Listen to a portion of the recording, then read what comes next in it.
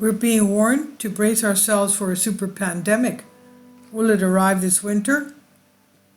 Michael Snyder reports, we've already been through so much in the past few years. COVID turned out our society completely upside down, and monkeypox outbreak continues to cause excruciatingly painful skin sores all over the world, and the global bird flu pandemic has already killed more than 100 million chickens and turkeys in the United States and Europe.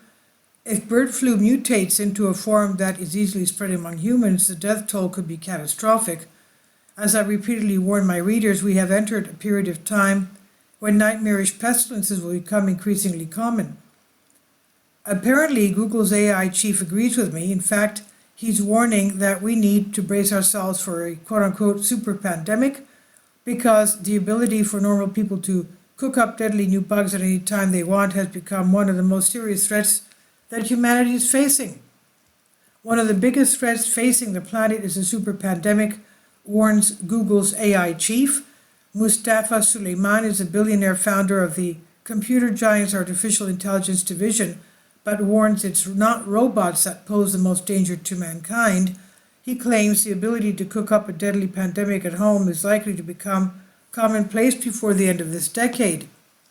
Mustafa says that the next 5 years or so, a kid in Russia could download the instruction set for a pandemic that's more lethal than anything we have encountered so far. He makes a really good point, but I'm not worried about a kid in Russia. What I'm concerned about are the hundreds of secret labs that are already conducting these sorts of experiments all over the planet. As we've seen, it's way too easy for an accident to happen. Our scientists know it's just a matter of time before the next pandemic arrives, and they already are busy developing new vaccines.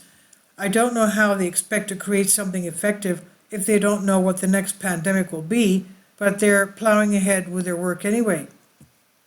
British scientists are already developing vaccines for a future Disease X pandemic, Sky News reported on Monday.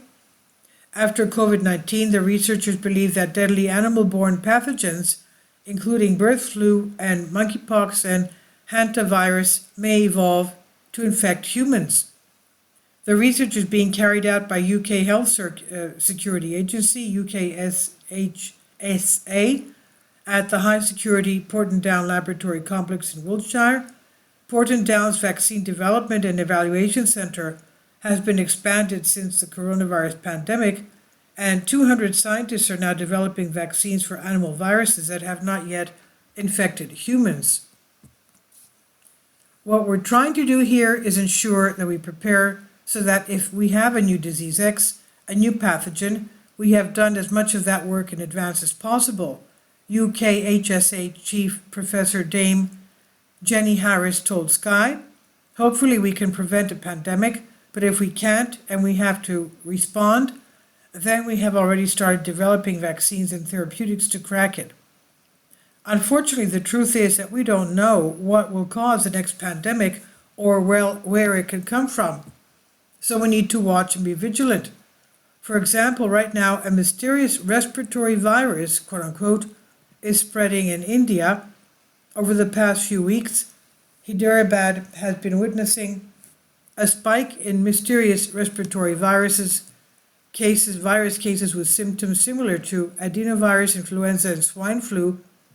So far, it is being observed that the virus is only affecting either children or adults with comorbid conditions, according to a report published by Hindustan Times.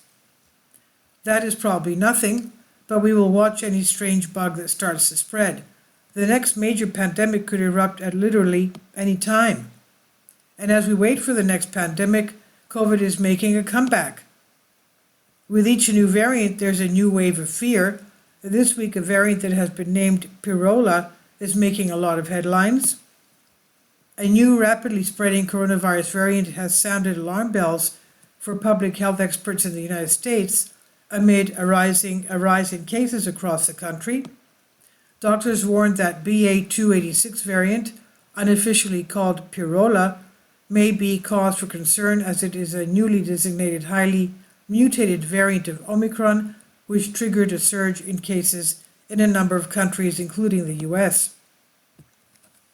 According to a Thursday bulletin in Yale Medicine, the new variant has more than 30 mutations to its spike protein located on the outer surface of a coronavirus, which helps it enter and infect human cells. And the CDC is warning that two other variants named Eris and Fornax are collectively causing a huge spike in cases here in the United States. This is all to say COVID-19 appears to be making a comeback. And what's more, this summer and fall uptick coincides with, but may not be caused by, a new dominant variant of the virus taking hold in the US. It's called EG5, unofficially nicknamed Eris, and the CDC estimates it's causing 20.6% of current COVID-19 cases in the country, and it's on the rise. Since the beginning of July, EG5's prevalence has increased 12.7%. And it's not the only variant making waves. The second most dominant variant, FL151 Fornax, at the beginning of August, this variant was the fifth most prevalent, accounting for only 7.1% of cases. It now accounts for 13.3% of cases. As the weather turns colder, it's probably inevitable that more people will start getting sick. In turn, many on the left will be calling for a return of restrictions and mandates. In fact, authorities in New York City are already encouraging people to mask up for the Labor Day weekend. People in New York are being encouraged to mask up this Labor Day weekend as the number of COVID-19 cases rise, including two new variants. New York City's health department spokesman said wearing a mask could be a good idea when in crowded places this holiday weekend, as many will be in large groups. Seriously. After all this time, they expect people to be doing that again. During an interview with CNN, Dr. Fauci expressed his concern that people will not abide by recommendations if the CDC asks people to start wearing masks in the months ahead. In a Saturday interview, former White House Chief Medical Advisor Anthony Fauci spoke out in defense of masking up amid today's rising COVID cases. In the event that masks are again recommended, he's concerned that people will not abide by recommendations, he said in the interview. I would hope that if we get to the point that the volume of cases in such an organizations like CDC recommends, CDC does not mandate anything, recommends that people wear masks, I would hope that people abide by that recommendation and take into account the risks to themselves and their families, Fauci said. At this point, I think that the most of the population that has grown tired of recommendations of Fauci and other experts. If you doubt this, just take a look at the numbers. To me, they tell a very clear story. Just 17% of Americans as of May rolled up their sleeves for the latest round of shots offered. It's a steep drop from the first shot, which saw 81% of the population roll up their sleeves. But there are reasons to be hopeful that uptake of the shots could be higher this time around. A survey from KFF found that more than half of the adults said they're likely to get another COVID-19 booster shot if it's offered annually like a flu shot. Personally, I don't think that COVID will be a big story in 2024 and beyond. I believe that pestilences that are far more severe are inevitably coming. And when they arrive, they will create far more fear than anything that we have witnessed during the past few years. This is by Michael Snyder, and he says about the author, my name is Michael, and my brand new book entitled End Times is now available on Amazon. In addition to my new book, I've written 6 other books that are available on Amazon, including 7-Year Apocalypse, Lost Prophecies of the Future America, The Beginning of the End, and Living a Life That Really Matters, Commissions Earned. When you purchase any of these books, you help to support the work that I'm doing, and one way that you can really help is by sending copies as gifts to families and friends. Time is short, and I need help getting these warnings into the hands of as many people as possible. I've also started a brand new Substack newsletter, and I encourage you to subscribe so you won't miss any of my articles.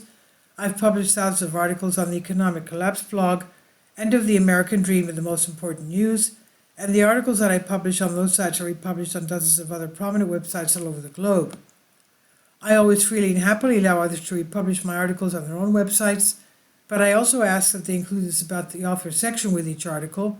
The material contained in this article is for general information purposes only, and readers should consult licensed professionals before making any legal, business, financial, or health decisions.